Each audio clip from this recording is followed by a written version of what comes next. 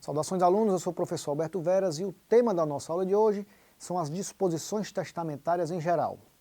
Os artigos 1897 a 1911 do Código Civil tratam especificamente desse tema. Para começar, o que é uma disposição testamentária? Trata-se de manifestação da vontade, ordinariamente reduzida a termo, constituindo parte integrante de um testamento. O testamento, além da nomeação de herdeiro ou legatário, pode encerrar outras disposições. Assim, o pronunciamento da vontade positivado ganha o formato de uma cláusula, como um tópico entre diversos outros de um conjunto de deliberações. Todas as disposições relativas ao conteúdo do testamento devem emergir diretamente do ato causa mortis, de modo claro, direto e completo, sendo que tal comando pode ser relativizado pelas circunstâncias.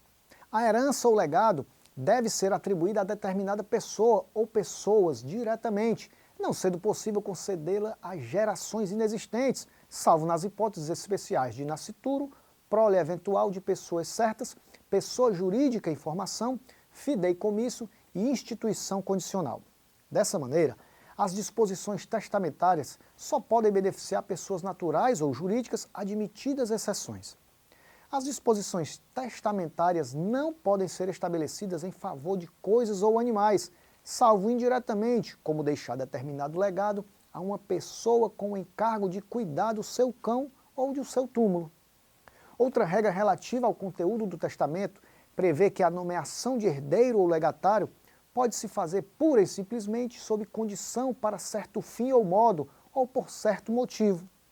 Em relação à possibilidade de se inserir no testamento um termo, evento futuro e certo, é vedado pela norma, de modo que o termo é considerado ineficaz quando inserido neste testamento. Caducam as disposições testamentárias que beneficiarem pessoas já falecidas, pois a nomeação testamentária tem caráter pessoal.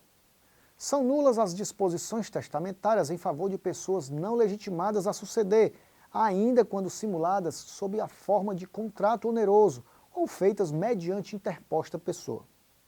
Em relação à interpretação do testamento, o artigo 1899 do Código Civil determina que quando a cláusula testamentária for suscetível de interpretações diferentes, prevalecerá a que melhor assegure a observância da vontade do testador.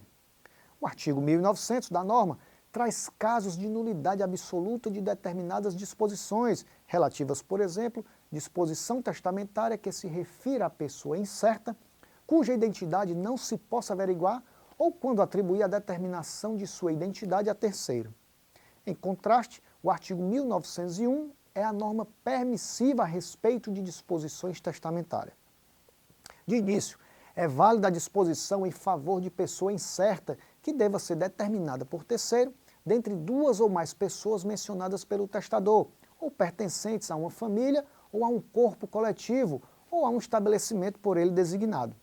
Como se vê, é possível que o beneficiado pelo testamento seja determinável, desde que haja uma especificação inicial mínima.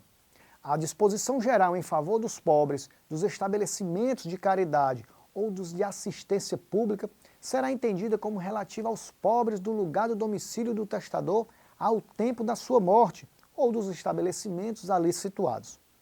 Nos termos do artigo 1930 do Código, o erro na designação da pessoa do herdeiro, do legatário ou da coisa legada anula a disposição, salvo se pelo contexto do testamento, por outros documentos ou por fatos inequívocos, se puder identificar a pessoa ou a coisa a que o testador queria se referir. Se o testamento nomear dois ou mais herdeiros, sem discriminar a parte de cada um, será dividida por igual entre todos a porção disponível pelo testador. Já se o testador nomear certos herdeiros individualmente e outros coletivamente, a herança será dividida em tantas cotas quantos forem os indivíduos e os grupos designados. São anuláveis as disposições testamentárias inquinadas de erro, dolo ou coação, e o prazo decadencial para a ação de anulação é de 4 anos. E fique atento, a ineficácia de uma disposição testamentária importa das outras que, sem aquela, não teriam sido determinadas pelo testador. Ou seja, se o conteúdo de uma cláusula tiver o condão de prejudicar as outras, a ineficácia de uma cláusula contamina a outra. É importante ainda mencionar a possibilidade de estarem presentes no testamento as cláusulas restritivas de propriedade, referentes à inalienabilidade, à incomunicabilidade e à impenhorabilidade de determinados bens, que podem ser temporários ou vitalícios. E com essas observações concluímos a nossa aula de hoje. Em sua área do aluno está disponibilizado o material didático correspondente, no qual todos os tópicos aqui apresentados são analisados com maiores detalhes. O sucesso não é um evento, e sim o resultado da sua dedicação diária aos estudos. Não fique apenas planejando o seu futuro, concretize seus planos por meio do seu esforço. Até o nosso próximo encontro e bons estudos!